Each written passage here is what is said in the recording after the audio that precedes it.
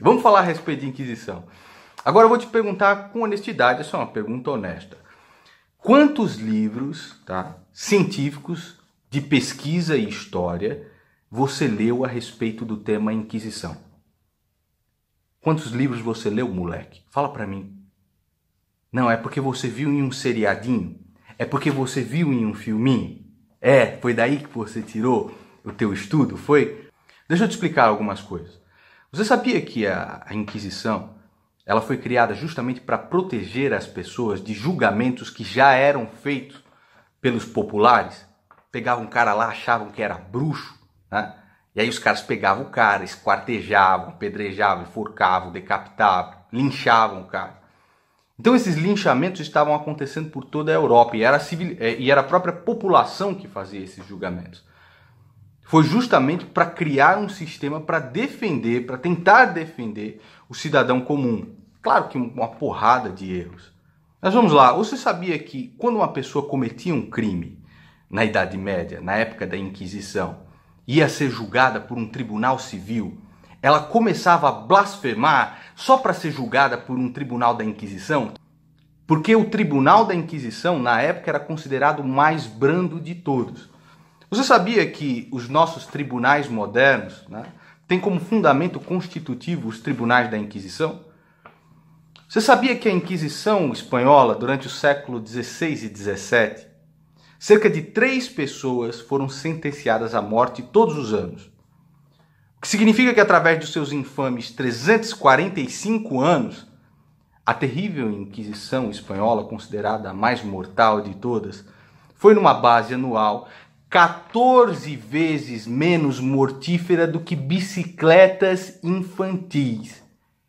É isso mesmo, em 345 anos, a Inquisição matou 14 vezes menos do que as bicicletas infantis. Você sabia que só em um ano de Revolução Francesa, entre 1793 e 1794, se matou mais do que 6 séculos de toda a Inquisição católica, toda ela, espanhola e tudo mais, desde o começo? Em um ano, a Revolução Francesa matou mais do que 6 séculos de Inquisição católica.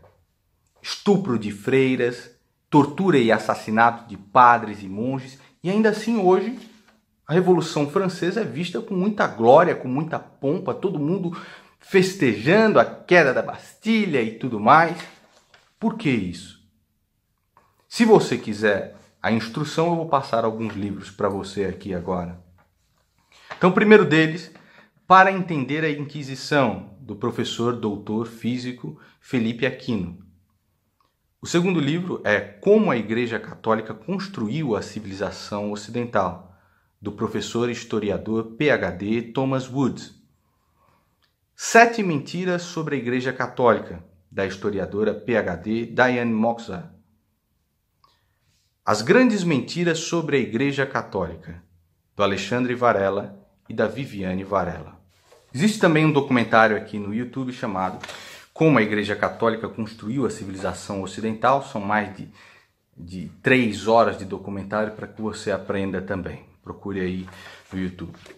E para você saber a respeito da Revolução Francesa, eu recomendo esse livro aqui do Edmund Burke, clássico do pensamento conservador, Reflexões sobre a Revolução na França, para que você entenda também como a Revolução Francesa inspirou o comunismo, o socialismo, que levaram a nossa humanidade a ter mais de 200 milhões de mortos. E se você contar o número de abortos, então o número é muito maior. Reflexões sobre a Revolução na França. Eu vou exibir para você agora 2 documentários e se você tiver paciência, assista. Vamos começar agora.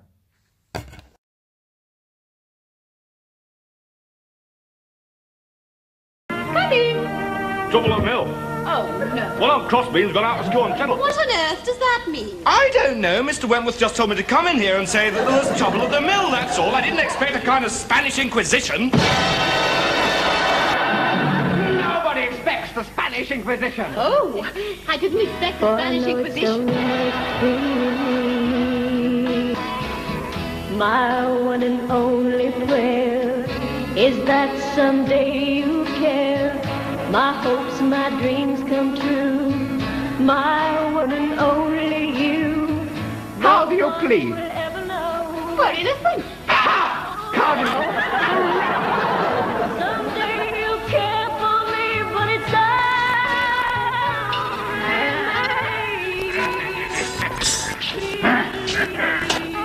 Confess the heinous sin of heresy. Reject the work of the other. 2 last chances.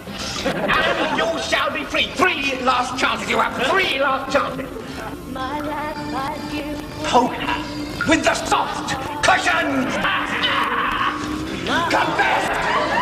Butter in the comfy chair.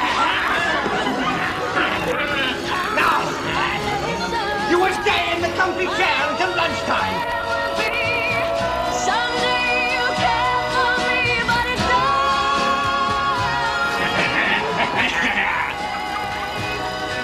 Confess! Confess! Confess! I confess! Not you!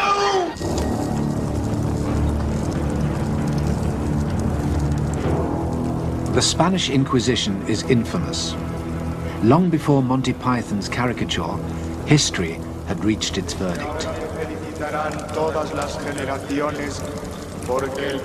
A discovery and plain declaration of the Holy Inquisition of Spain, 1567. A court without allegiance to any earthly authority. A bench of monks without appeal. There is nothing else in the world to go beyond them in their most devilish examples of tyranny. Indeed, they do so far exceed all barbarousness, a man cannot more aptly liken them than to that which they most closely resemble, and from whence they proceed, their sire, Satan himself.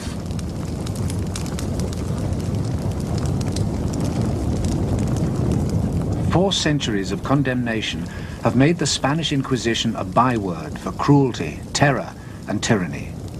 But this image is false, a distortion disseminated 400 years ago and accepted ever since. Now a new generation of historians is looking at the Inquisition afresh. Every one of the cases that came before the Spanish Inquisition during its 350-year history had its own file.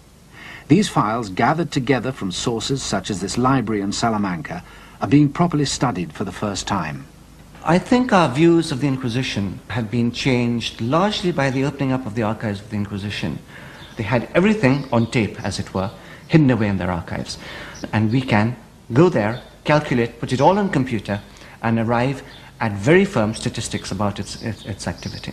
And so all of this has opened wide the debate about the Inquisition, and has also demolished totally the previous image which all of us had. The files are detailed and exhaustive. The Inquisition kept its activities secret from the outside world, but its clerks wrote down every detail in the confidence that their records were for the eyes of the Inquisition only. The huge task of sifting this material, previously scattered throughout Spain, daunted earlier generations. Systematic analysis is only just beginning, but already a very different version of the Spanish Inquisition can be brought to light. The Spain that gave birth to the Inquisition in the 15th century was barren and isolated on the fringe of Europe, half of its land unproductive, half barely sustaining a meager living, a monotonous, burning plain.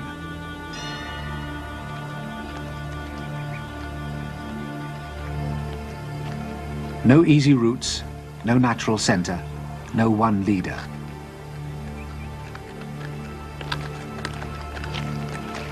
Spaniards could only dream of Hispania, the country that had been united during the days of the Roman conquest. All that was to change.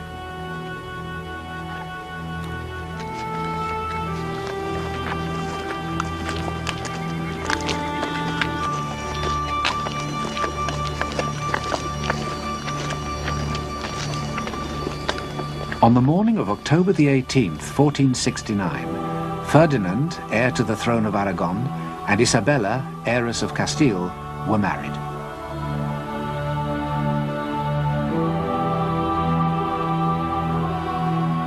Their wedding ended centuries of rivalry between the two Spanish kingdoms and would unite the country. Spain, for so long merely a name on the map, had become a historical fact. The itinerant royal court often convened in the city of Avila, here at the monastery of Santo Tomas, its facade triumphantly incorporating an H for the reunified Hispania. But for Ferdinand and Isabella, there could be no political unity without religious unity. They were called the Catholic kings and vowed to rule a Catholic Spain. Pressure was exerted on Spain's large Jewish population to convert. Many did. But traditional Christians were suspicious that these conversos were practicing their former religion in secret.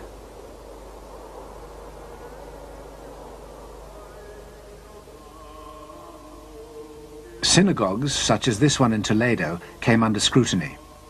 In 1480, a new body was appointed to investigate. Entitled the Santo Oficio de la Inquisición, it's better known to us as the Spanish Inquisition. The Inquisition's task was to discover heresy, deviation from the true faith. Conversos accused of continued Jewish worship could be burnt at the stake. The Inquisition had begun, but the myth had yet to be created. For while these years between 1480 and 1510 were by far the most active in the entire history of the Inquisition, the rest of Europe did not hurry to condemn it. Tenemos noticias muy precisas de embajadores italianos, el embajador de Venecia, el embajador de Francia, el embajador de Florencia, que escriben a los reyes católicos felicitándoles, naturalmente, porque ya, por fin, las tierras de Iberia son tierras de cristiandad. The truth is that at its height, the Inquisition was applauded by the rest of Europe for its persecution of Spain's converted Jews. A new age of Christian unity was said to be dawning. It didn't last. In 1517, the Church was split in two by the Reformation. It was the enormous power and wealth of the Church that the Protestant reformers made their target. A power and wealth still on display every year in Spain's religious capital, Toledo.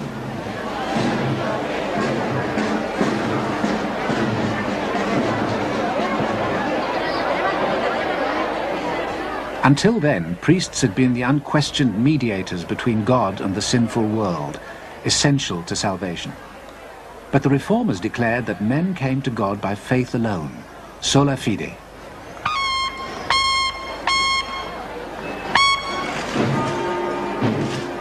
In turmoil, the Church went on the offensive. The Church's champion, defender of the faith, was Charles V, the Holy Roman Emperor. As leader of the Habsburg dynasty, he also commanded the most powerful armies in Europe.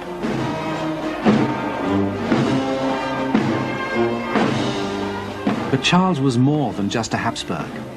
As Ferdinand's grandson, he ascended to the throne of Spain, putting that country at the forefront of the defense of the faith.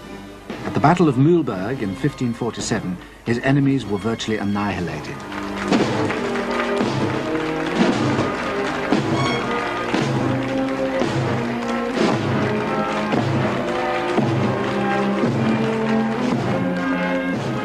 Routed on the battlefield, the reformers attacked elsewhere. Where the Church had the sword, the reformers had the printing press. It was no coincidence that printing was invented and spread fastest in the countries most sympathetic to the Reformation, the German states, England, and the Low Countries, where this press in Antwerp still survives. With their new technology, the Protestants could fight a different kind of war. For the first time, it was possible to wage a real propaganda campaign. This is what the enemies of the Spanish Habsburgs did, very skillfully. The Spanish monarchy was unable to counteract that. They fought in the military domain and not in the propaganda domain, and they felt that that was an unfair way of waging a war. That was not proper of gentlemen. Gentlemen fought with weapons, not with leaflets, not with ideas.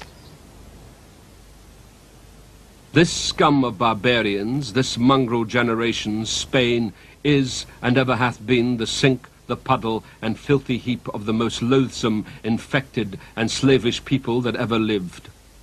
Their more than tigerish cruelty, their lustful and inhumane deflowering of their matrons, wives, and daughters, their matchless and sodomitical ravishings of young boys, which these demi-barbarian Spaniards have committed. Within a year of the Battle of Mühlberg, a stream of anti-Spanish invective began to pour off the printing presses of the Reformation. But the polemic needed a focus. It found one in the body expressly designed to uphold the Catholic faith, the Inquisition. A myth was in the making.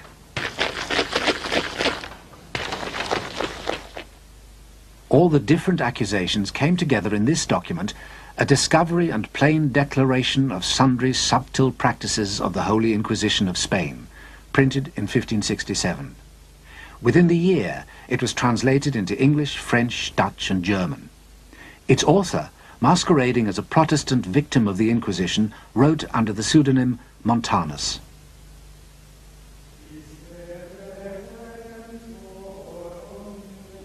By identifying with the victim, Montanus brought the supposed horrors of the Spanish Inquisition vividly alive. It is his work which introduced to the world an image of the Inquisition which has persisted ever since. These tormentors are wholly arrayed all over from the top of their heads to the soles of their feet in a suit of canvas, like the apparel that the devils in stage plays do use, and all to this end, to make the poor soul more afraid in body and mind to see one torment him in the likeness of a devil.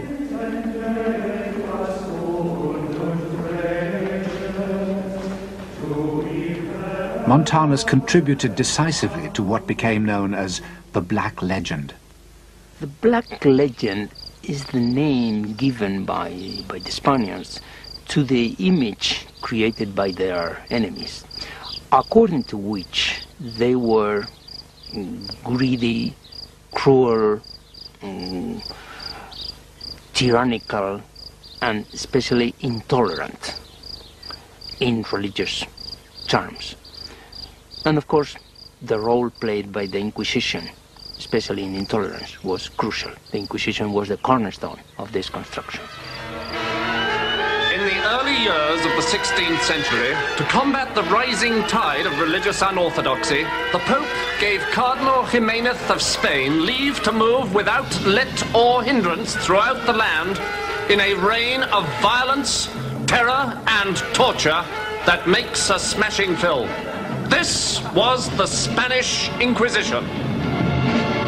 Es un experto en derecho y forma parte del conjunto de la administración. Lo del clérigo fanático no es más que producto naturalmente de muchas interpretaciones un tanto sesgadas de la propia historia de la Inquisición, claro. There were career men who didn't even have to be priests. In the early period of the Inquisition, we have examples of some inquisitors who were not even priests. They were simply lawyers trained at the university. And then they would use the Inquisition merely as a career which could be a stepping stone maybe to another career. This more humdrum reality can be seen in early illustrations of the Inquisition at work. But bureaucrats make boring copy. Montanus' version relied on the Gothic drama of hooded fiends. It was not enough for the Inquisitor to be portrayed as a religious fanatic. He had to have a further interest: torture.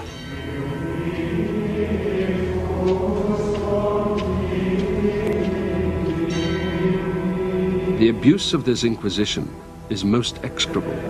If any word shall pass out of the mouth of any, they command him to be taken and put into a horrible prison.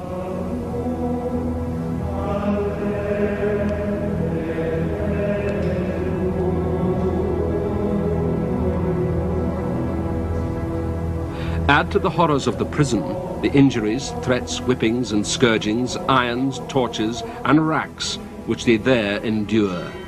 Murdered by long torments, they are whole days together treated more cruelly out of all comparison than if they were in the hangman's hands to be slain all at once. Montanus associated the Inquisition forever with the horrors of the torture chamber.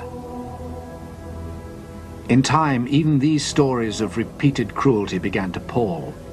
The propagandists turned to stories of more ingenious sadism. One of them surpassed the others in fiendish ingenuity.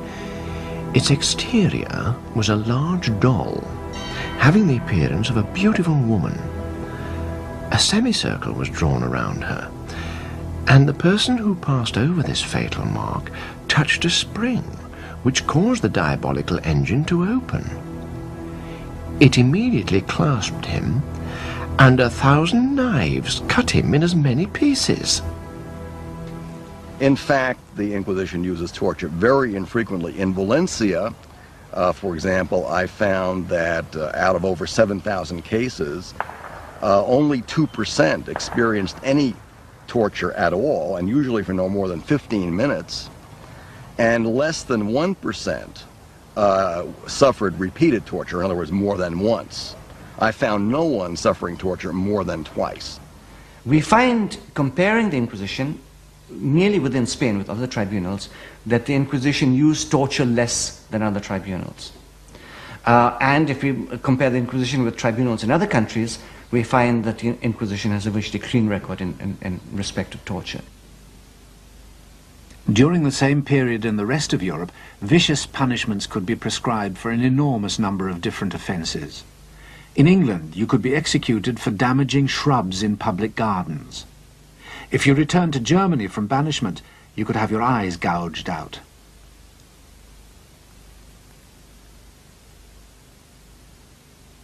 In France, you could be disemboweled for sheep stealing. The Inquisition used none of these methods. They had a rule book, the Instrucciones, which specified what could and could not be done. Those breaking the rules were sacked. So the Inquisition did not, as alleged, roast their victims' feet, or brick them up to languish for all eternity, or smash their joints with hammers, or flail them on wheels.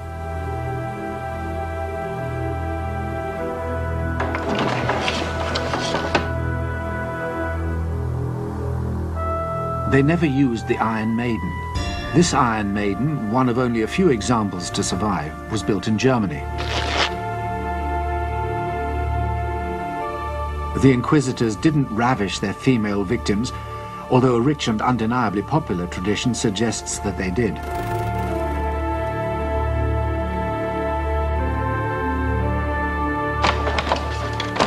In fact, the inquisitorial torture chamber of popular myth never existed, even though this image was reprinted hundreds of times. And it was not only the use of torture that was falsified. Stories were also fabricated about the gruesome conditions in which prisoners were kept. Ironically, the Inquisition had probably the best jails in Spain. This sounds very much like whitewashing, but unfortunately it's true. Let me take a quotation from the Inquisitors in Barcelona in the middle of the 16th century, when they were asked to report on the state of their prisons, and they said, "Our prisons are full." But then they complained to their bosses in Madrid, "We don't know where to send the leftover prisoners we have. We cannot send them to the city jails, because the city jails are overcrowded, and there they are dying at the rate of 20 a week." I have found instances of prisoners in secular criminal courts blaspheming in order to get into the Inquisition prison, to escape the maltreatment they received in the secular prison. So, despite the compelling Gothic fictions of Montanus, the evidence leads us to a wholly different conclusion. The Inquisitors were certainly interrogators, but they were restrained interrogators, skeptical about the effectiveness of hardship and torture in bringing heresy to light. By contrast with many other tribunals in Europe, they emerge as almost enlightened.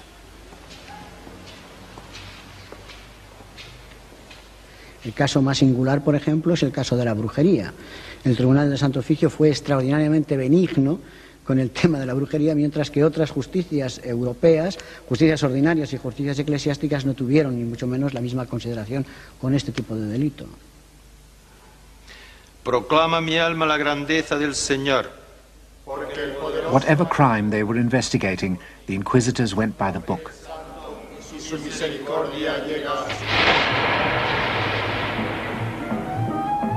The persecution of witches was a frenzy that swept through Europe for 300 years, between 1450 and 1750. At the merest accusations of a fantastical offence, sleeping with the devil or bearing his children, women were brutally tortured or burnt at the stake. The depravity of their alleged crimes was cited to justify this brutal response.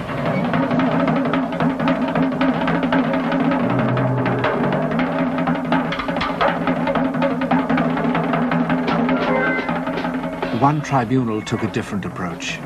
Remember that the inquisitors were university lawyers, and lawyers look for evidence. So when the inquisitors looked for evidence of witchcraft, they said, okay, so this woman has killed a baby. Where is this baby? How many babies have died? And so on and so forth. And as they went through looking for the evidence, they found no evidence because, of course, witchcraft was, we may presume, an imaginary offense.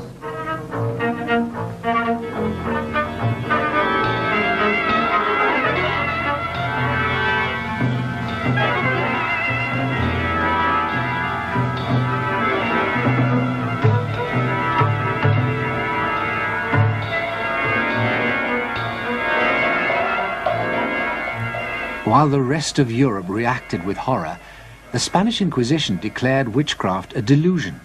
No one could be tried, let alone burnt for it. But it was the Spanish Inquisition that came to symbolize the ruthless persecution of heresy. Why? Because by the 1560s, Spain was more than just a power. It was a superpower. Its fitting symbol, the new royal palace, a 16th century pentagon built in the hills above Madrid, El Escorial. This vast structure, comprising miles of marbled corridors, was built by Charles V's son and successor, Philip II. Under Philip, Spain completed its rise within less than a century from isolation and obscurity to the domination of Europe.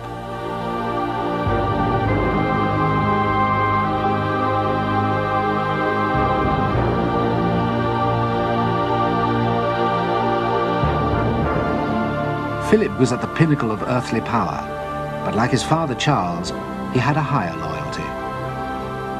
Before suffering the slightest damage to religion and the service of God, I would lose all my estates and 100 lives if I had them, because I do not wish nor do I desire to be the ruler of heretics.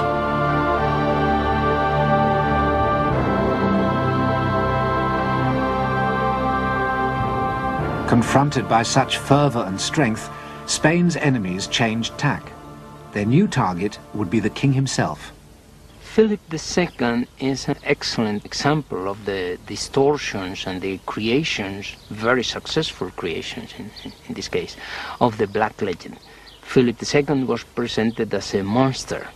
That's an example of the cruelty of the Spanish race. Philip II really, his policies are perfectly debatable. Personally, I don't like him, but he was no more of a monster than, say, Henry VIII of England. And Henry VIII, nevertheless, was cleaned up in order to be presented as a fit champion of Protestantism. Philip took no such trouble with the presentation of his image, believing it beneath his dignity. He paid dearly for it. In 1568, the year after Montanus was published, a chance incident played into the propagandist's hands. The king's son, Don Carlos, died suddenly. Suspicion lighted on Philip, and it was claimed that he had not acted alone. Among the aspects of the Black Legend, which became very current in the 16th century onwards, was that the Inquisition had encouraged the King of Spain, Philip II, to kill his own son, to execute his own son, for reasons which the king knew best and which the inquisitors knew best.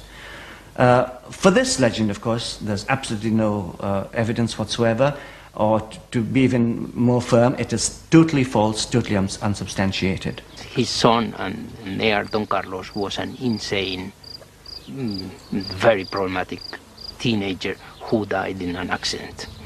But Don Carlos became something like a champion of freedom, and he was the protagonist of many plays and dramas and novels in the 17th and 18th century, the most famous of which was by Schiller, later converted into a beautiful opera, by the way, by Giuseppe Verdi.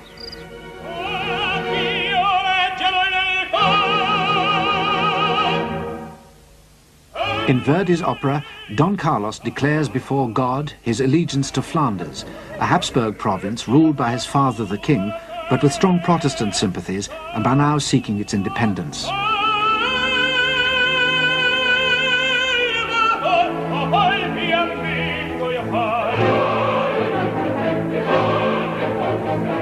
Defying his monstrous father, Don Carlos is portrayed as a heroic symbol of resistance, his mission to defeat the forces of repression.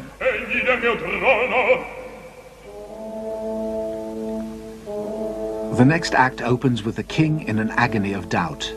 Alone in his chambers at night, he ponders how to punish his errant son. His Christian conscience prevents him taking the most drastic step of all, until a visitor persuades him otherwise.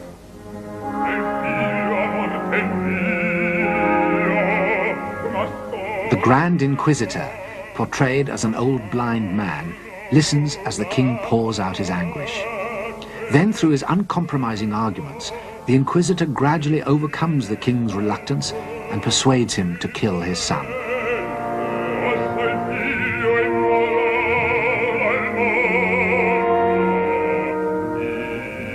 The Grand Inquisitor decides the issue by observing that there is a precedent.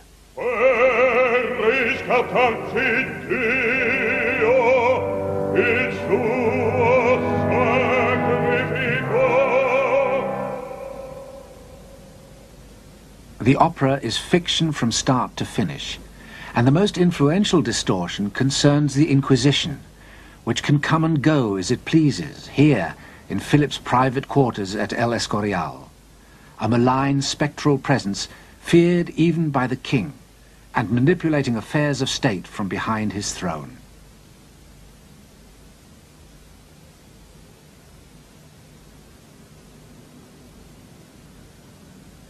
The death of Don Carlos was a godsend for the mythmakers. In reality, the Inquisition was no more the power behind the throne than the inadequate prince was a heroic martyr.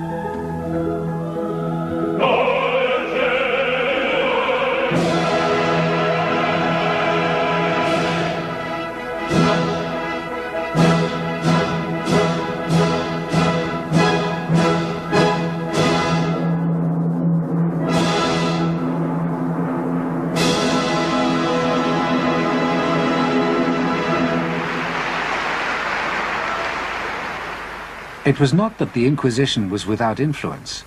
The showpiece displays of its status were grandiose occasions held in the main squares of the cities, such as this one in Madrid. These ceremonies, where heretics were sentenced, were known as acts of faith.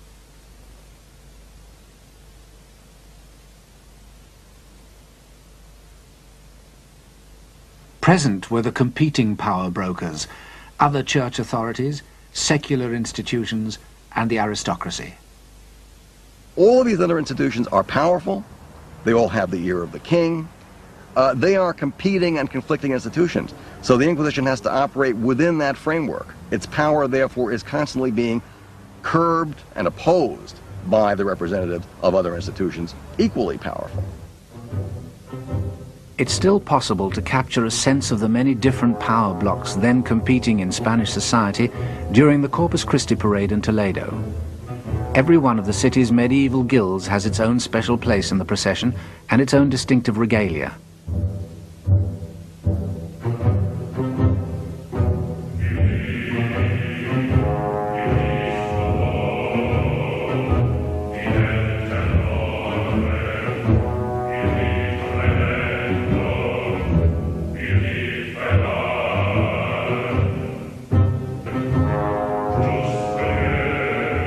Such limitations, however, were as nothing compared to the difficulties encountered by the Inquisition outside the city walls.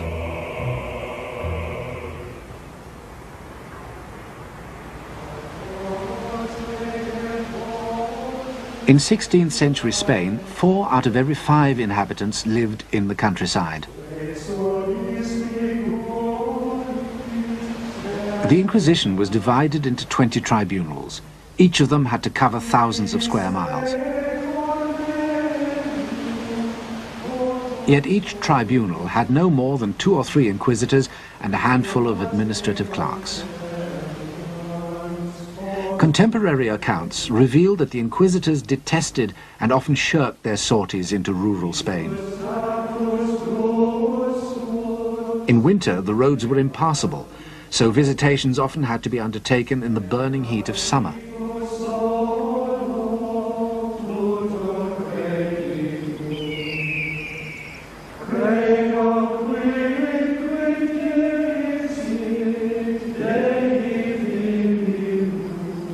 A letter from a village priest in 1562 is typical. This village, he wrote, does not know the Holy Inquisition. Era muy difícil controlar las áreas rurales, absolutamente imposible. Y de hecho, cuando lo intentó, se encontró con enormes dificultades. De hecho, podemos decir que durante el siglo XVI y XVII, muchos campesinos castellanos no vieron nunca un inquisidor, ni tampoco vieron nunca un auto de fe. Those inquisitors who persevered with visitations to remote villages encountered a level of ignorance that made a mock of their elaborate theological training. Rural life was precarious, often lived under the threat of starvation. The villagers' beliefs were correspondingly primitive. Their only religious certainty was that death awaited them, and after death, damnation, where their punishment would be ingenious and eternal.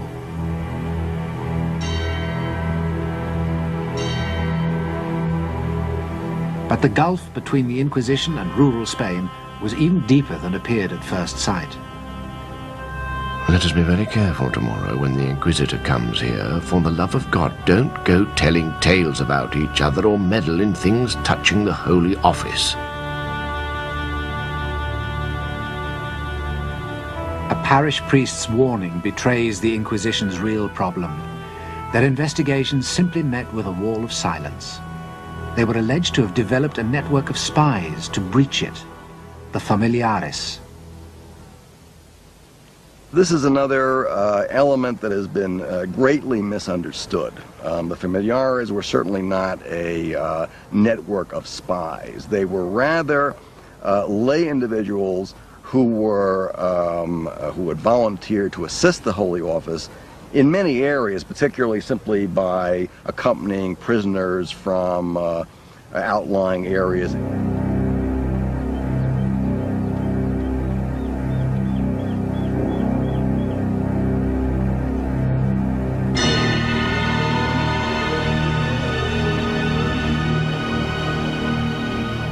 The least credible parts of the myth of the Inquisition, I suppose, are those relating to its image as being a super omnipotent institution capable of controlling the thoughts and minds of people.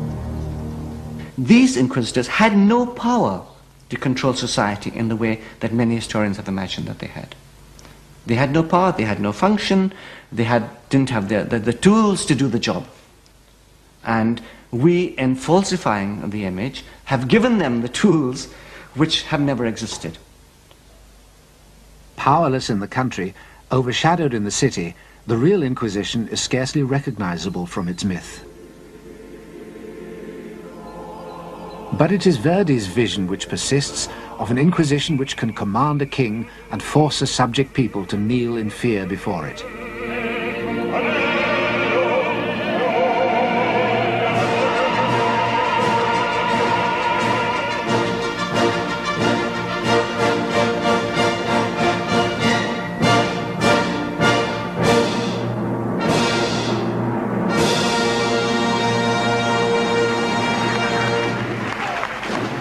In 1570, 2 years after the death of Don Carlos, the propagandists achieved an even greater coup.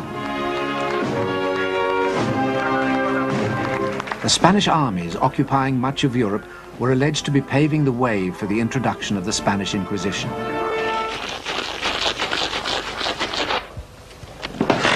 A document, now proved a forgery, was circulated.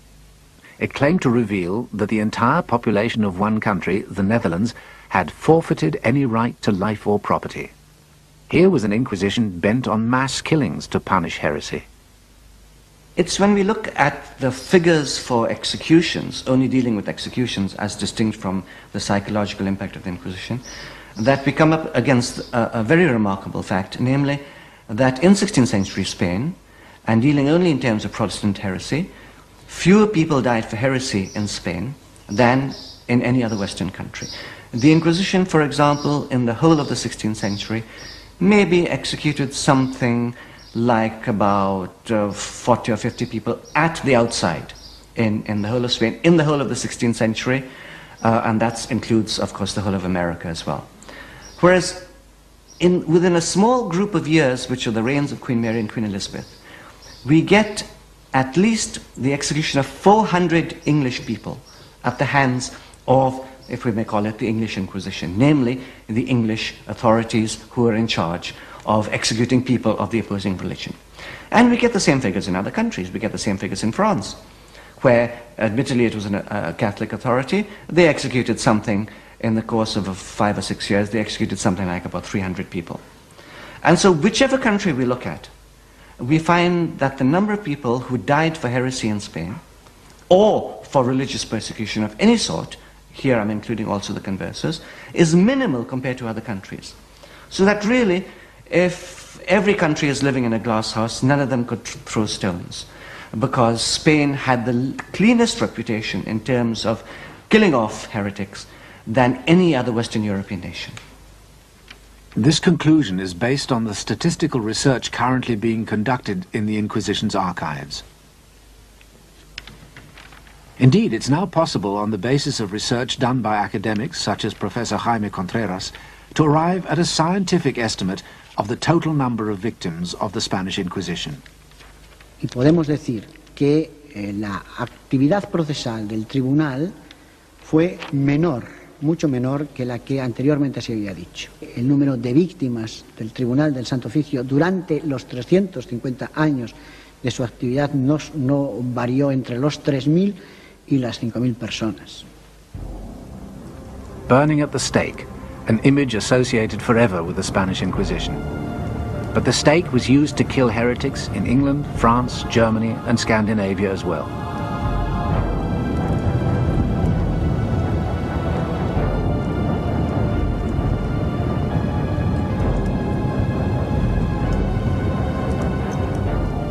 Across the whole sweep of early modern Europe, heresy was hunted down and punished.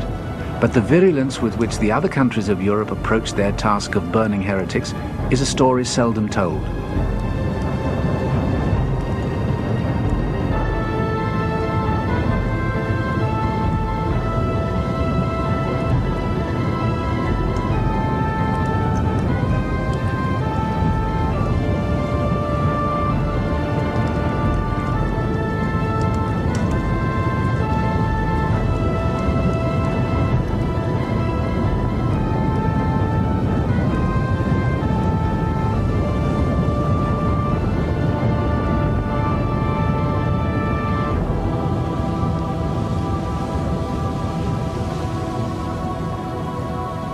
Myth can only be destroyed by fact, and the fact is that between 3,000 and 5,000 people perished at the hands of the Inquisition.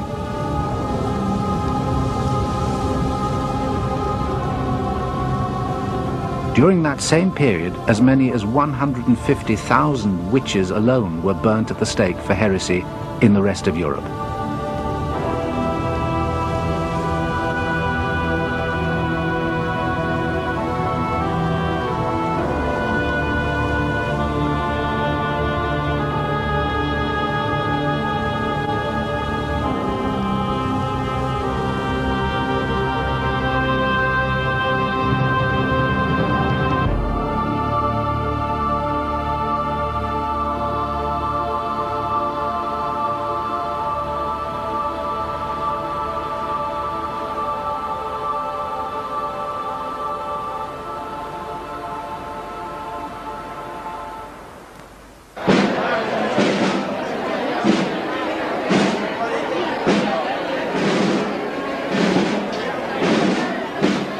The spectacular rise of the Spanish Empire was to be followed by an uneven but inexorable fall. In the 17th century, the flow of gold and silver from the Americas, which had funded the empire, slowed to a trickle. The state plunged repeatedly into bankruptcy, and the Spanish territories in Europe were relinquished one by one.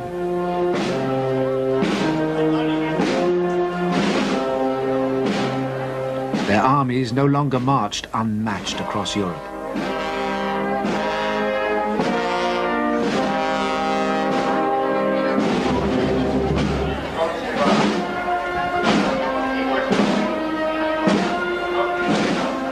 If Spain's power had been responsible for the myth of the Inquisition in the first place, it might be thought that the myth would disappear as Spain reverted to obscurity. But it didn't. Instead, the Inquisition, a versatile scapegoat, was promptly blamed for Spain's decline as a land as well.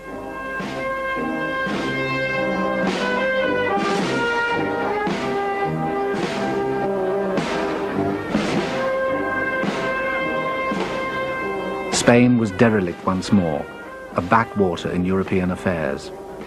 And by the 18th century, the Inquisition too was enfeebled, dedicating itself to such heresies as drunkenness and swearing in church. Its career was over, but its myth was indestructible. This legend on the Spanish Inquisition grew, took off, and had a life on its own. And throughout the centuries, it became more and more divorced from reality. In the 18th century, for instance, when Voltaire was crying against the crimes of the Inquisition really was killing nobody. There were no burnings or anything like that in the 18th century. And in the 19th century, when the Inquisition disappeared, they hadn't killed anyone for a very long period of time. The Inquisition was eventually wound up in this backstreet of Madrid. Yet its supposed horrors were being more vividly presented than ever. The Spanish painter Goya depicted its abuses to satirize the corrupt Spanish government of his day.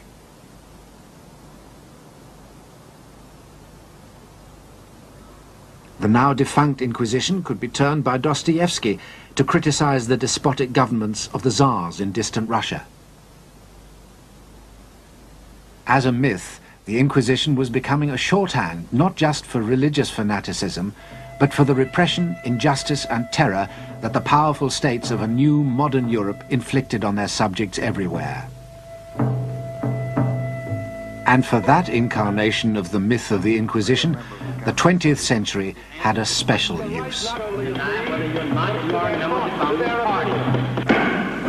Have you ever been a member of the Communist Party? Are you a member of the Communist Party? Or have you ever been a member of the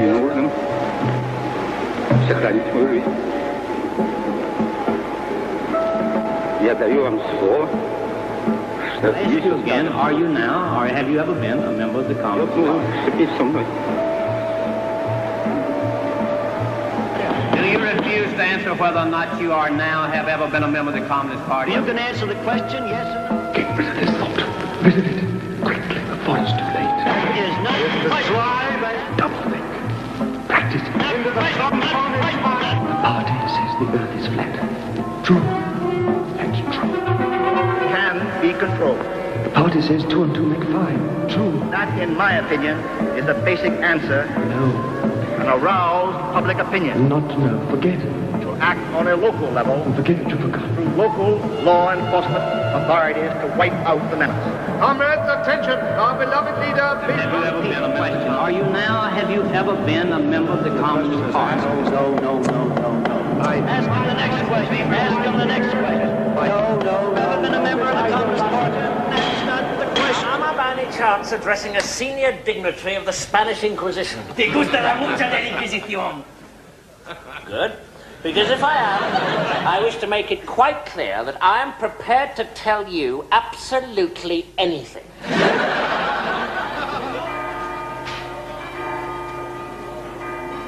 National stereotypes fulfill very complex functions. On the one hand, they simplify reality.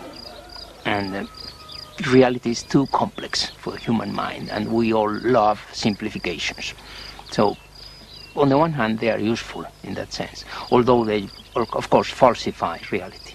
On the other hand, they allow us to project our own unpleasant traits onto another, onto an external entity.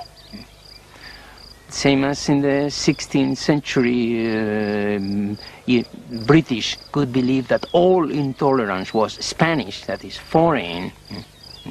Well, we can believe in the 20th century that all fascist or Nazi tendencies are German, when we should know that we all have Nazi tendencies, and we should fight our own unpleasant traits instead of projecting them onto another.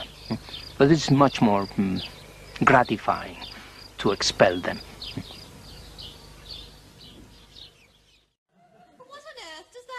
I don't know. Mr. Wentworth just told me to come in here and say that there was trouble at the mill, that's all. I didn't expect a kind of Spanish Inquisition. Nobody expects the Spanish Inquisition. And nobody understands it either. But if you want to learn the truth about the Inquisition, then stick around.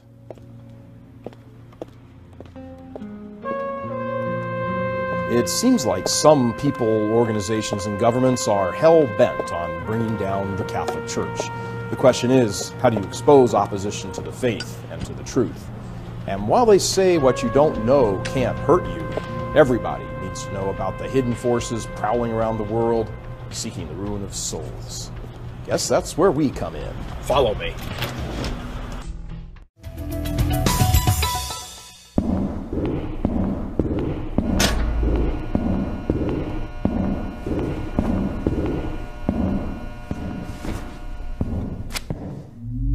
Hello and welcome to this latest edition of CIA, the Catholic Investigative Agency. I'm Michael Vorse. In this episode, we're going to take a close look at one of the most popular arguments people make against the Catholic Church.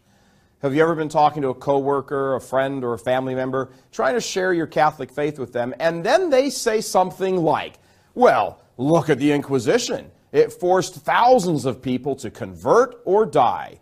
But is that true?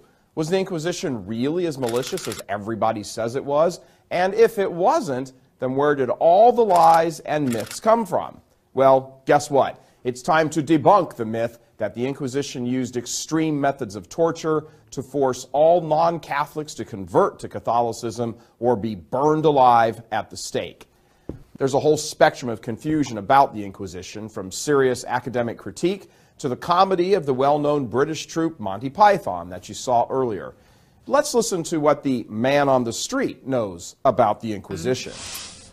Basically went about and persecuting anybody that didn't believe specifically what the Catholic Church taught, and found people that there were Muslims and Jews living in Spain at the time, and they either gave them the choice to convert or be put to death, usually. What do you know about the Inquisition?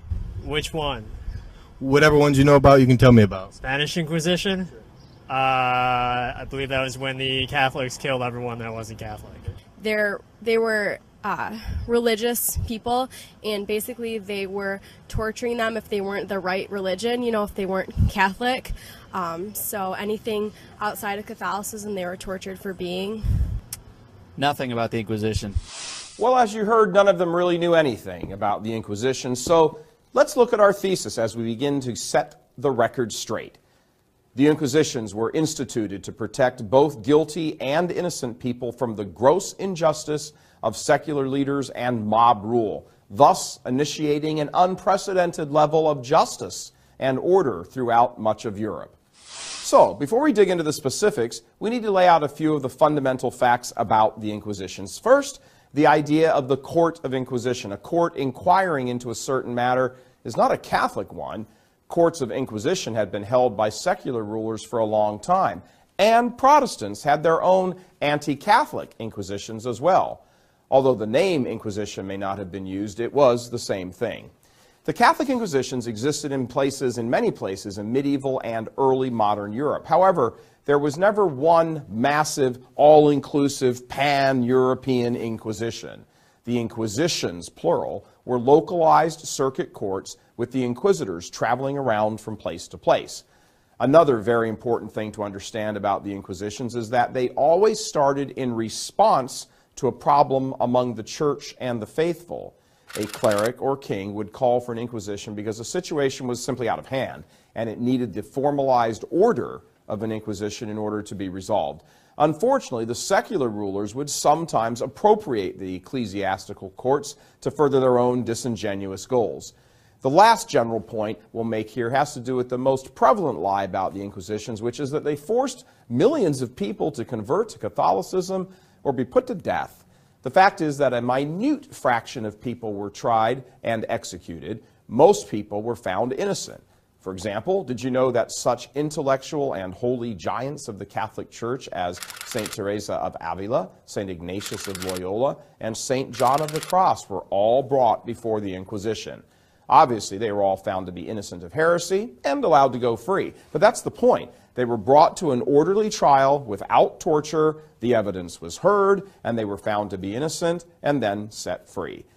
The flip side to this is that some Inquisition officials were unjust and cruel and wrongly punished both innocent and guilty people. But we have to understand, while the Catholic Church is a divine institution founded by Jesus Christ, it's made up of weak, sinful human beings who don't always do the will of God, and some have done very bad things. The problem is that the critics of the church will shine a spotlight on those individuals in the church who have done bad things, and then make the argument that the entire church is bad because of the actions of some, usually a few. And this is wholly unjust. It's like having someone who's a criminal in your family and your neighbors then saying that everybody in your family is a criminal. We're not here to say that the Inquisitions were without blame, but what we're going to show is that, by and large, the courts of the Inquisition were the most just and humane legal systems that existed anywhere in Europe at the time. And they were started to protect people from unjust treatment, not to harm them with unjust rulings. All right, so let's bust some of the more prevalent myths.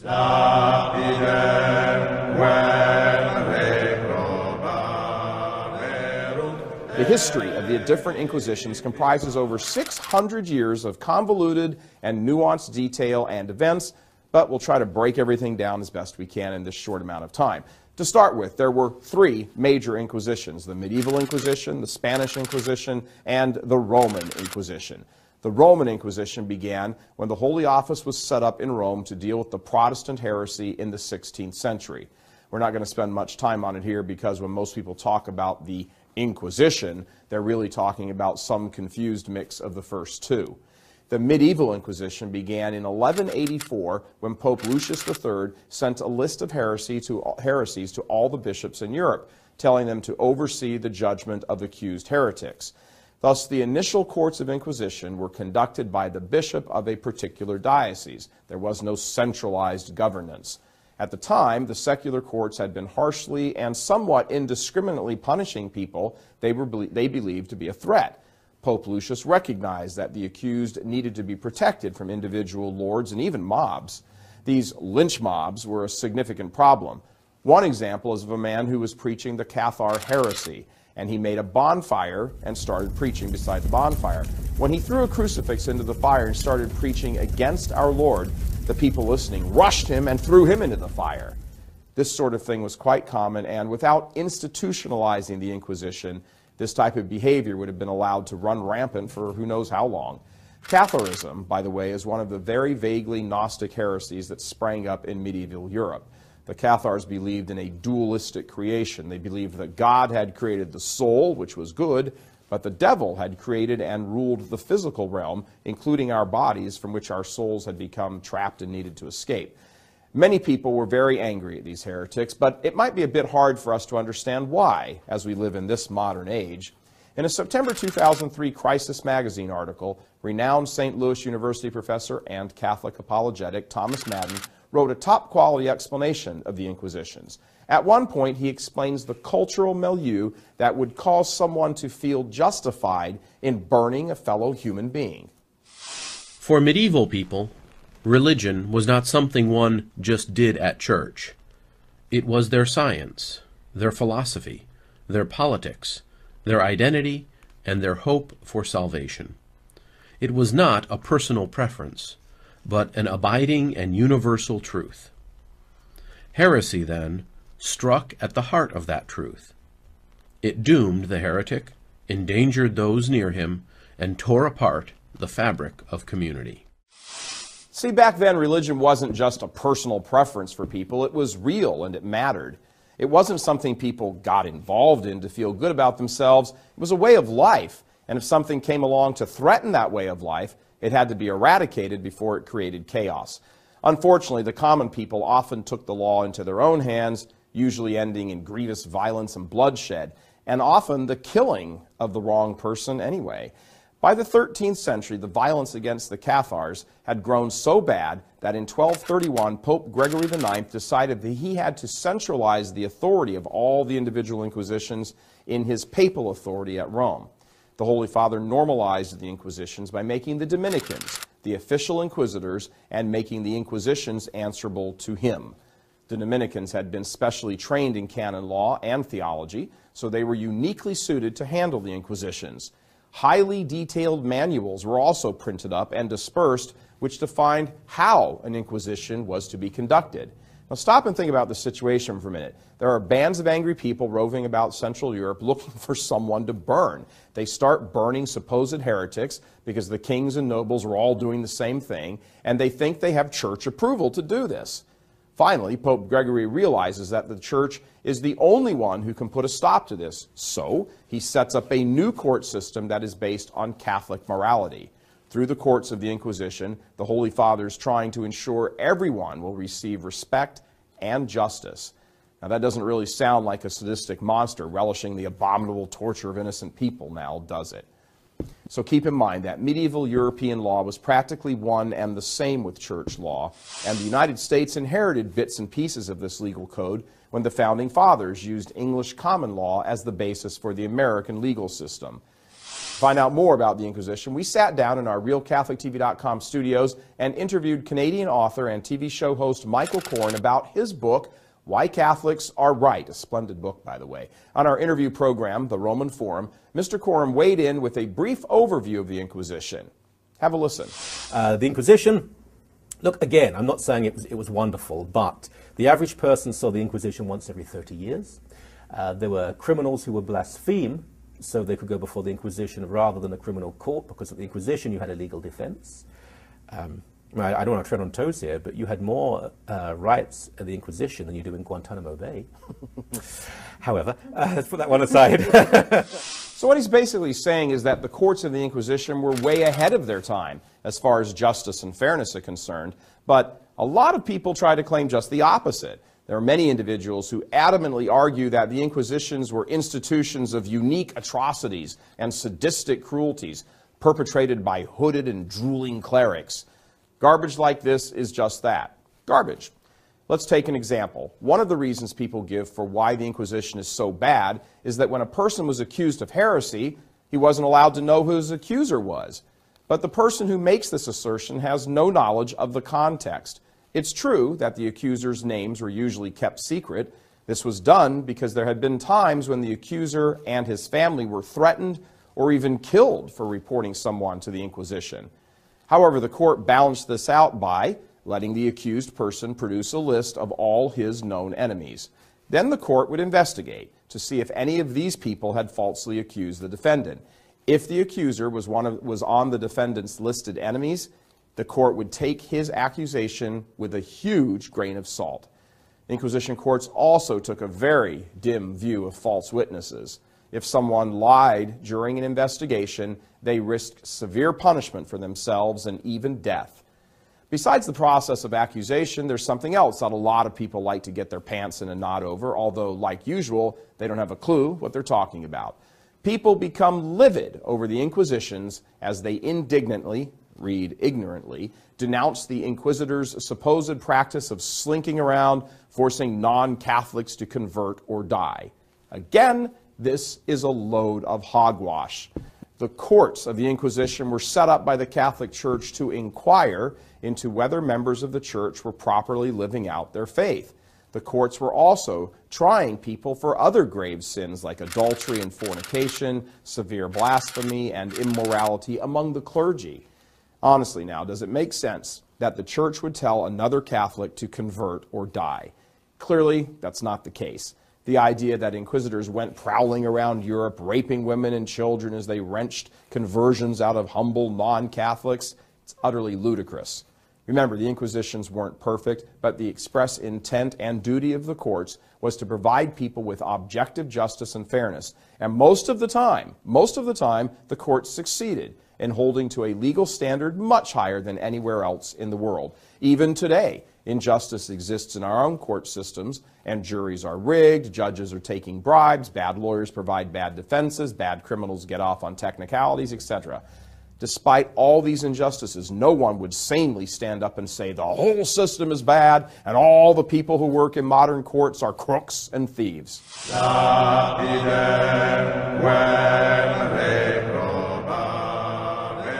So what really went on in the Inquisitions?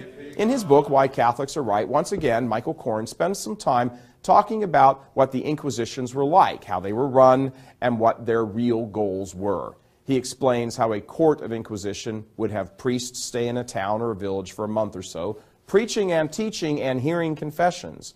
This was called the period of grace. Anyone who wanted to confess and be forgiven during this period could do so. If the people accused of heresy repented, that was the end of the matter. If they did not, they would be tried, and if found guilty, the Inquisition officials would decide on the method of punishment. Incidentally, most people were not burned at the stake. Common punishments included being required to perform certain good works, such as helping build a church, visiting a church, going on a pilgrimage, or even participating in a crusade, all far cries from being lit up. Stricter punishments could be fines, whippings with rods, the pillory, and wearing colored crosses. A guilty person might also be imprisoned or excommunicated, in which case they would then be handed over to the secular authorities. See, the Inquisitions didn't exactly execute people. If someone's sentence was quite serious, they would be excommunicated, and then punishment was up to the civil courts. In those days, civil and canon law were pretty much united to better serve justice and protect the individual from abuse. Remember, back then, our very modern and recent ideas about the separation of church and state didn't exist at all. Now, although these things are important to understand, we have yet to deal with the most pernicious set of lies. By far, the most serious misconception is that the Inquisition hideously tortured, maimed, and murdered tens of thousands of people merely because the church was trying to force them to become Catholic. This is outrageous. Yes, the courts did sometimes use torture, just like our U.S. government uses torture, or, enhanced interrogation techniques, to obtain desired information. Anyone ever hear of waterboarding? Anyway, what modern man has to understand is that torture was not used as a form of punishment, but for getting at the truth. Inquisitors were keenly sensitive to the need for ironclad proof of an individual's guilt or innocence, and eyewitnesses were considered one of the best ways of securing such proof. But if that proof wasn't easily obtainable, the inquisitors would have to resort to other means of proof. Very infrequently, that meant the defendant and sometimes even the witnesses were tortured for a short period, not to exceed 15 minutes. That was the rule, not to exceed 15 minutes, to make sure the inquisitors made the correct judgment. Although it was sometimes ignored, the rule was that no one was allowed to be tortured more than once, and the type of torture could not cause maiming or death, or even the risk of death. Incidentally, this may sound very familiar to the U.S. government's practice of waterboarding, which is still highly debated in the United States. So it seems a little disingenuous for modern man to accuse the Catholic Church of unspeakable, heinous practices when similar practices occur today and are still being debated. You need to remember that torture existed long before the courts of the Inquisition, and the Church was always leery about allowing it at all. Pope Innocent IV was the first to allow the use of torture in Inquisition trials. He made the concession in his bull Ad Extirpanda in 1252. Torture was used as a last resort when guilt seemed probable, but there was no other way of being certain of the truth. But many judges recognized that innocent people would sometimes confess to things they didn't do while being tortured just so the pain would end. So a lot of the judges would not attach a heck of a lot of weight to the testimony received under torture. In his 2003 Crisis Magazine article, Professor Thomas Madden gives some specifics of how torture was handled, specifics that obviously blow anti-Catholics' false conceptions of the Inquisitions right out of the intellectual cesspool they like to wallow in. Let's take a listen. Modern researchers have discovered that the Spanish Inquisition applied torture in only 2% of its cases. Each instance of torture was limited to a maximum of 15 minutes. In only 1% of the cases was torture applied twice, and never for a third time. Torture was only used in 2% of cases, and yet somehow the only thing the people in our man-on-the-street interviews could tell us was that the Inquisition tortured and killed people. How ridiculous. And ignorance and stupidity of this magnitude can only be chalked up to deliberate lies and deceit on the part of those who hate the church and want to destroy her. Speaking of modern myths and lies about the Inquisition, remember the Monty Python sketch we opened with?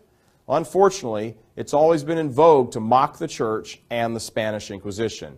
But jokes like these are very hurtful because many people form their opinions of the Inquisition based on these fairy tales. To show you what we mean, let's check out another man-on-the-street interview with a young fellow whose sole knowledge of the Inquisition comes from Monty Python. Like the Spanish Inquisition? Sure. It was like a long time ago, and a bunch of Spanish people would like torture people to get, I don't know, I mean, I know they have a Monty Python sketch. It's pretty funny.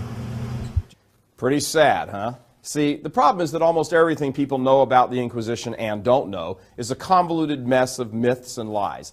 Now stop and think about all of this for a minute. What many people have done is form a radically biased opinion about the Catholic Church, and consequently her teachings, based on ridiculous accusations about the Inquisition, while knowing next to nothing about the facts of the Inquisition. To better understand all of this, we need to take a look at some history to really see why the Inquisitions were seen as necessary and why they operated like they did.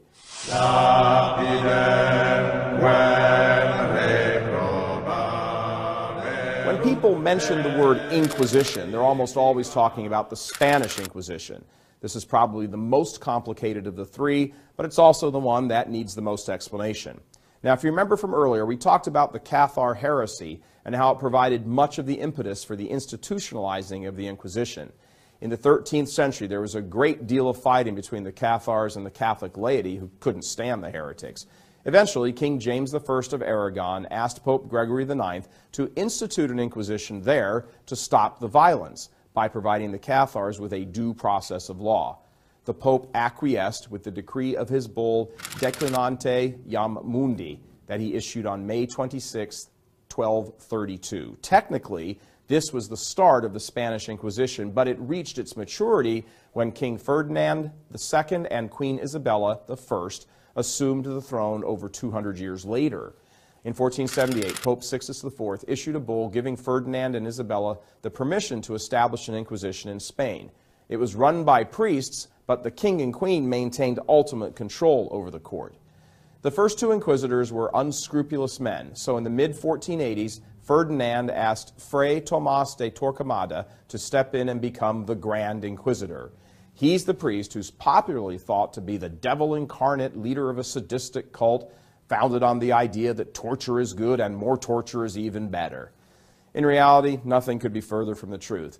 He had a lot more power than most inquisitors, yes, and he was much more thorough, yes, but he rarely used torture. He also worked incredibly hard to make sure that everyone received justice. Okay, so before we go on, we need to backpedal a little bit and explain the background and the lead-up to the institution of the Spanish Inquisition.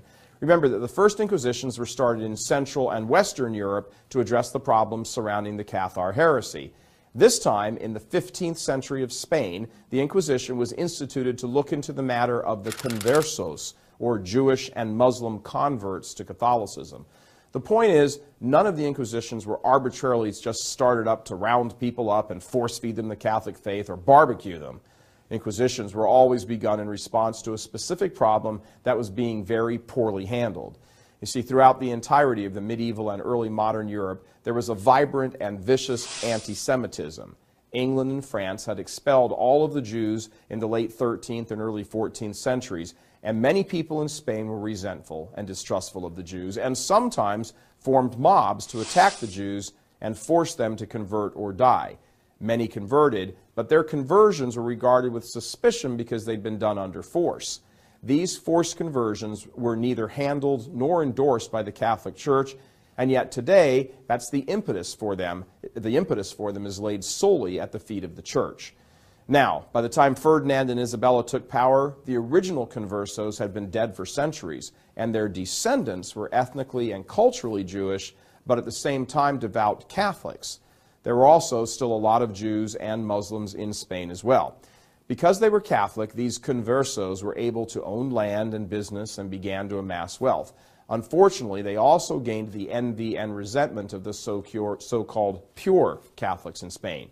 People began to spread rumors that the conversos were part of a huge Jewish plot to infiltrate and destroy the nobility and the church. Accusations began to swirl and escalate until the king and queen finally asked Pope Sixtus IV to allow the crown to set up an inquisition in Spain, which he did, as we said, in 1478. The court almost immediately became submerged under a deluge of accusations against the conversos. In his interview, Michael Koren also talked about the unstable environment in Spain at this time. So the Inquisition, it was about nationalism. There were dozens of Inquisitions. Nothing much happened. It's the Spanish Inquisition people talk about. Spain was a new nation state, besieged on all sides. It was nervous about would it exist in the future, so it required to be a Spaniard, you had to be a Catholic. Problem. It shouldn't have been, and so Jews and Muslims were told convert or leave. Many converted, and they weren't really Christian. There were volumes of laws that had to be applied if you were taken to the Inquisition. I'm not saying it was the right thing, but compared to the rest of the world, it was actually rather civilized. So because of all the fear and unrest at the time in Spain, Spain decided independently of the Catholic Church, and that's important, independently of the Catholic Church, that the Inquisition would be the tool used to ensure the loyalty of the conversos to the state. Remember, Spain and Portugal had just recently kicked the Muslim forces out of the Iberian Peninsula during the Reconquista, but there were still lots of Muslims and Muslim converts to Catholicism living in Spain. The Spanish were suspicious of these Muslims, as well as of the large Jewish population, because sometimes the Jews had fought with the Muslims against the Catholics, and this had endangered the stability of the Spanish state. What you see here, then, is that the Inquisition was used by the state, Ferdinand and Isabella, to promote Spanish loyalty through the religion of the state. Interestingly, though, even in the heyday of the supposedly dreadful Spanish Inquisition, there was only a fraction of the executions all those modern uninformed intellectuals tell us there were. Here's the point. The peak of the Spanish Inquisition was during Queen Isabella's 30-year reign, from 1474 to 1504, and Torquemada's time as Grand Inquisitor mostly coincided with Queen Isabella's reign. So, under Isabella's rule, about 15,000 people were convicted of heresy, but repented and were accepted back into the church. Unfortunately, about 2,000 people were convicted of heresy and burned at the stake. Now, are we saying that those 2,000 people don't matter? No. Are we saying that it's okay to burn people who teach lies? No. What we are saying is that the lies you'll hear from your ignorant run-of-the-mill anti-Catholics are completely unsubstantiated by the facts of the matter. So, here's some quick statistics we made using those same numbers. Under Queen Isabella, 12% of the people convicted, not the people tried, but the people convicted, were burned at the stake. The other 88% of the people convicted of heresy repented and were sent away free. These numbers prove that the Inquisition officials weren't bloodthirsty devils who were craving violence and death and torture. What the percentages show is that the Spanish Inquisition was much more interested in getting Catholics to live out their faith than in killing them. And you have to remember, life in the 15th century was filled with uncertainties regarding personal safety, political upheaval, and just having enough food to feed your family. People were trying to survive in a period of time fraught with ignorance, deprivation, and fear of conquest. That's important, fear of conquest.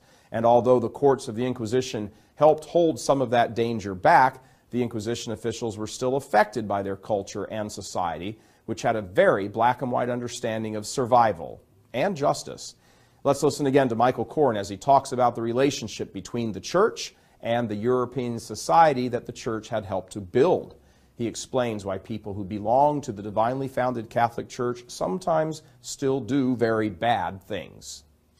The Church has been at its worst when it's most resembled the culture, when it's given in, when it's changed with the times. Here's the point. The Inquisition officials and state rulers were violent, But this begs the question, are we any less violent today?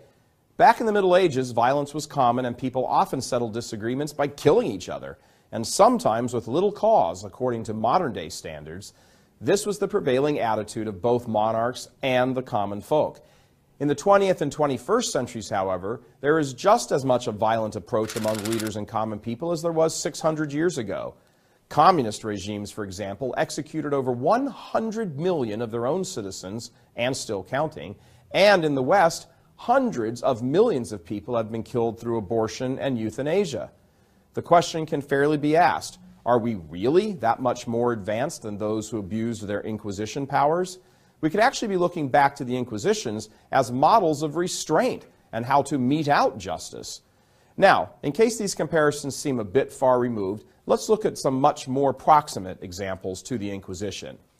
Something a lot of people don't know is that while the Catholic Inquisitions were going on, there were also many Protestant Inquisitions, although they didn't use that name, that they hunted down and killed anyone who wouldn't convert to Protestantism by turning away from the Catholic Church.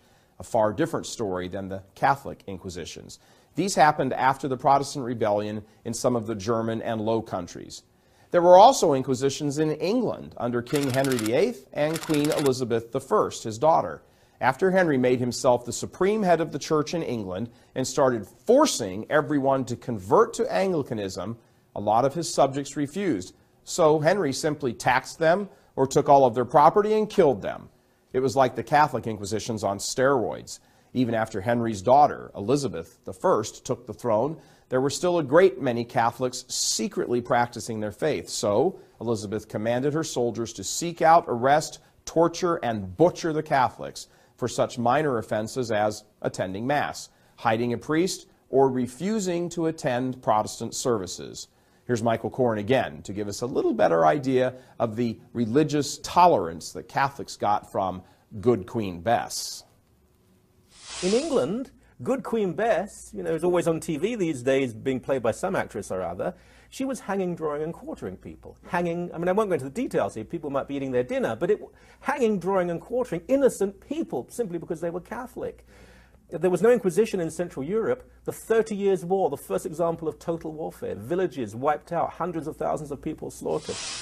You see, thousands of Catholic bishops, priests, nuns, and laymen were tortured and killed because they did not profess England's state religion. These people were hunted down and dragged before the Protestant courts to be tried for heresy. The only thing that was their crimes of heresy were that they believed in the Catholic faith and refused to follow Henry's man-made religion.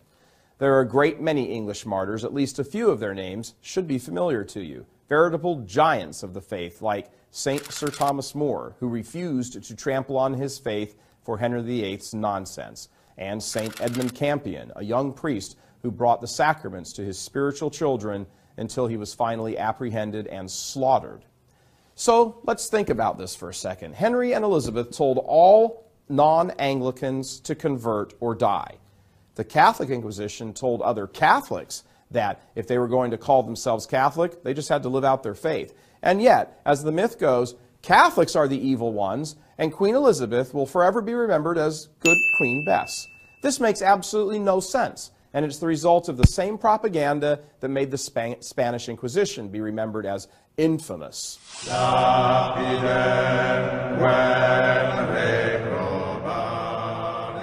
All right, so now we know that the popular ideas about the Inquisition have little or nothing to do with reality, but where did all these lies come from? Well, they came from several different sources. The first people who spread lies about the Inquisition were other European countries. Think about it. Spain's Inquisition began in 1478. Just 14 years later, in 1492, Christopher Columbus, who was sponsored by Isabella and Ferdinand, discovered the New World that was rich with all sorts of treasures. As the 16th century dawned, Spain entered her golden age, a period of great wealth, influence, prosperity, and military power. All of the surrounding countries who had similar desires of conquering the New World and advancing their kingdoms were both really jealous and really fearful of Spain's rise to power. So the newly minted Protestant countries of Germany and England, who'd been less than 100 years old at this point, helped by the printing press, began to wage a propaganda war against Spain and thus created the Black Legend.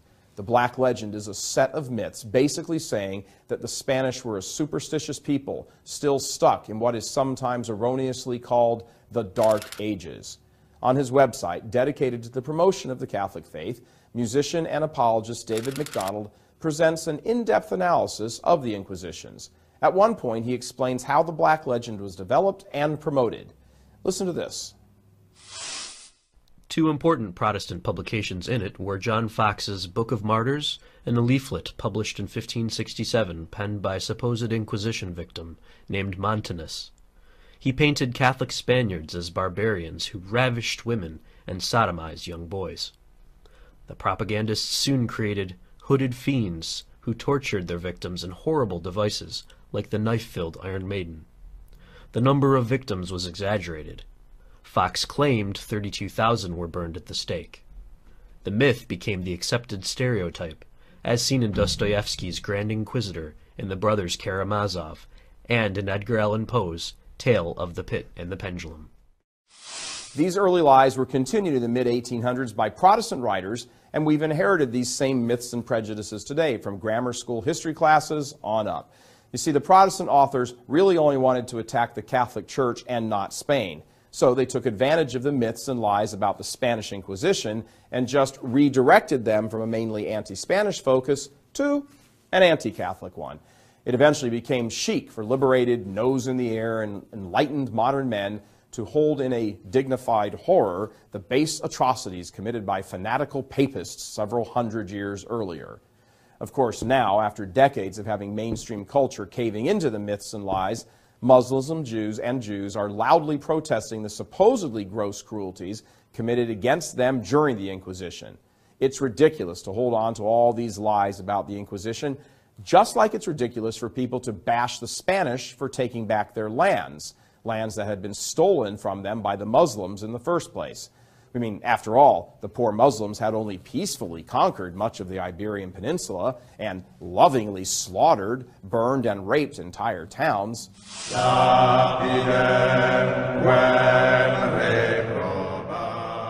So, the next time you're having lunch with co-workers or holiday or family dinners with your anti-Catholic family members or friends, what are you going to say when someone brings up the Inquisition? Well, here's a few points you want to remember. Number one, there were a lot of local inquisitions that tried baptized Catholics for grave sins against their faith. Number two, the Inquisitions introduced a new and much more just legal structure that our own court system has actually borrowed from.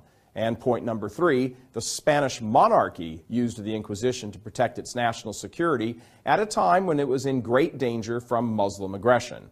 Remember, just like in Anglican England and Lutheran Germany, Catholic Spain saw religion as inseparable from patriotism and loyalty to the crown. Catholic monarchs saw religious belief as protecting the political stability of the country because they knew that their stability relied on the bedrock of natural law, established by God and delivered to them by Christ and his Catholic Church. As we've seen, it's clear that there is a huge amount of misinformation that was purposefully spread among the public to twist popular opinion against the Catholic Church. But now you know the truth and understand the arguments about the Inquisition. So you're now armed with the real facts needed to combat the nefarious assaults that people love to hurl against the Catholic Church. The ultimate thing to take away from all of this is that you should always cherish your faith, love the Church, and never cease to work to spread her message to the world. For the faith is our pearl of great price, our life, and our hope.